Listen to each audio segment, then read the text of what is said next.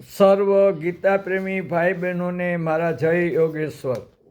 આજ તારીખ 19/3/26ના રોજ ગીતાસૂત્ર વિડીયો નંબર 5માં ભગવાન નિર્ગુણ સ્વરૂપમાંથી સાકાર સ્વરૂપે ભારત દેશમાં અવતાર રૂપે પ્રગટ થયા છે તેની વાત કરીશું.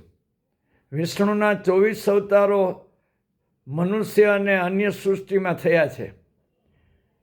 આ અવતારો માનવજાતને સાત્વિક વિકાસશીલ જીવન જીવવાનો ઉપદેશ આપે છે.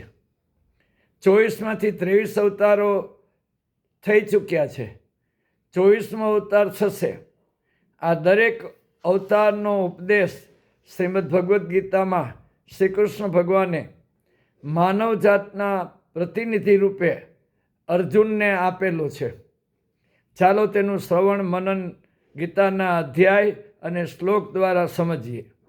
અવતાર તરીકે સનકાદિક મુનિ એટલે ચતુર્કુમાર સનક, સનંદન, સનાતન અને સનતકુમારનો ઉલ્લેખ 10મા અધ્યાય એટલે કે વિભૂતિ યોગમાં શ્લોક નંબર 6માં જોવા મળે છે.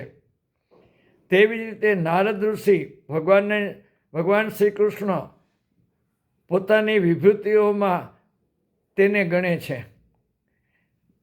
તે વિભૂતિ એટલે દિવ્ય શક્તિઓ, અને આ દિવ્ય શક્તિઓ વર્ણવતા તે કહે છે કે દેવર્ષિઓમાં નારદ છે, જે માનવજાતને દિવ્ય જીવન જીવવાની પ્રેરણા આપે છે. જે નારદ ભક્તિ સૂત્રમાં આપણને માર્ગદર્શન આપે છે. પછીનો અવતાર નર નારાયણ અવતાર એટલે કે અર્જુન શ્રી કૃષ્ણ.